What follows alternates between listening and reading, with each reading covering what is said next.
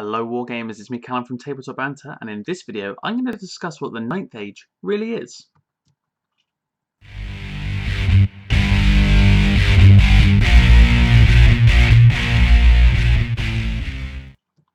Okay, so as you well know by now, I am really loving the fantasy side of the hobby, and in particular the Ninth Age. So this is the community arranged game. It has had a lot of work put into it over the past, well, it's probably been nearly a year now, I imagine. But what I really wanted to discuss was what it actually is.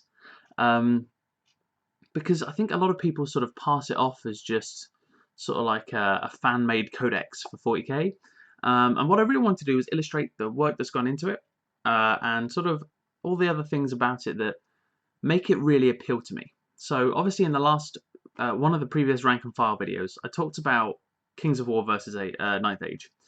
And I discussed why I preferred Ninth Age, it being really in-depth and it being community-based. So on the second screen right now, I have the Ninth Age website, which has all of the stuff on there, the free rules, the forum, etc, etc.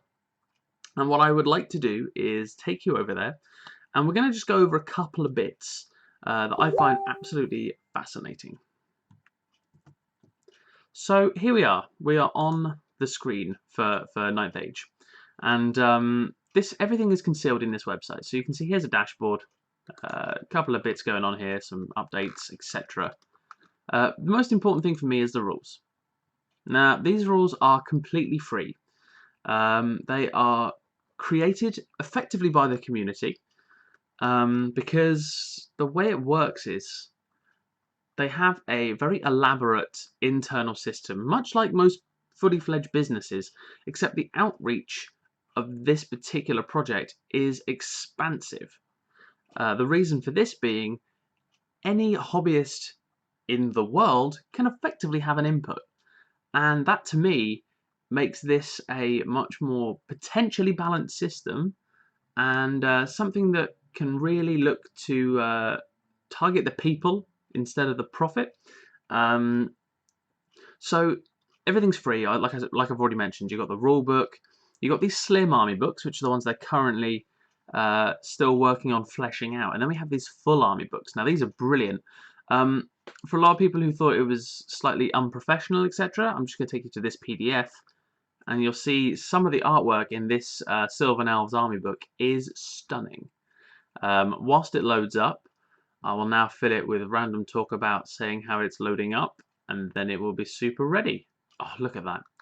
So here we have the Sylvan Elves Fantasy Battle Ninth Age front cover, and it looks awesome. So if you'll just pardon the ridiculous slowness of the computer and try to look at what it is. I mean, look, there's some fantastic artwork right there.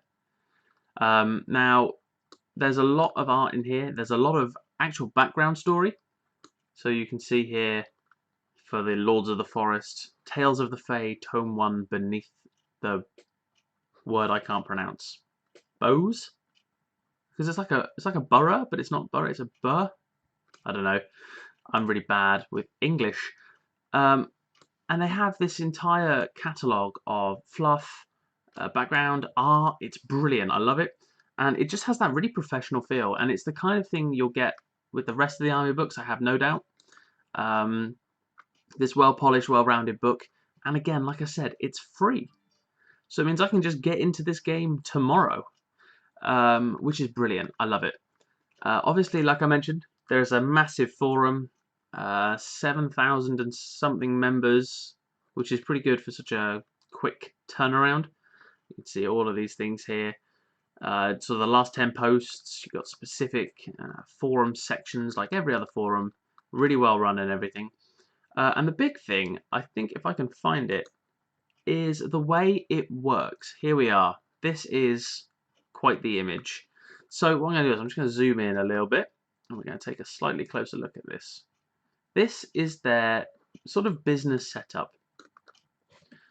I mean, okay, this flow diagram looks daunting at first, but it shows you how the whole thing works. The consumer feedback, it goes right from the bottom all the way to the top. So you've got right at the bottom there, community.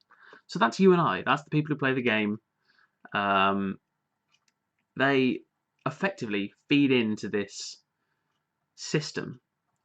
We have the executive board, the people who make all the final decisions. It goes into a content team. It goes into a translation team.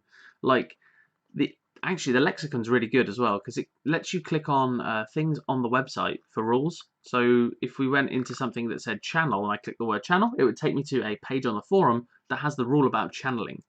But look, army book committees, playtesters. I mean, GW might need a few of those. I think we can all agree. Reviews, background and art, rules support, rules, advisory. Like, this is expansive. And the beauty and in its expansiveness is that it draws from all over the world. So you get really sort of every meta included in one game.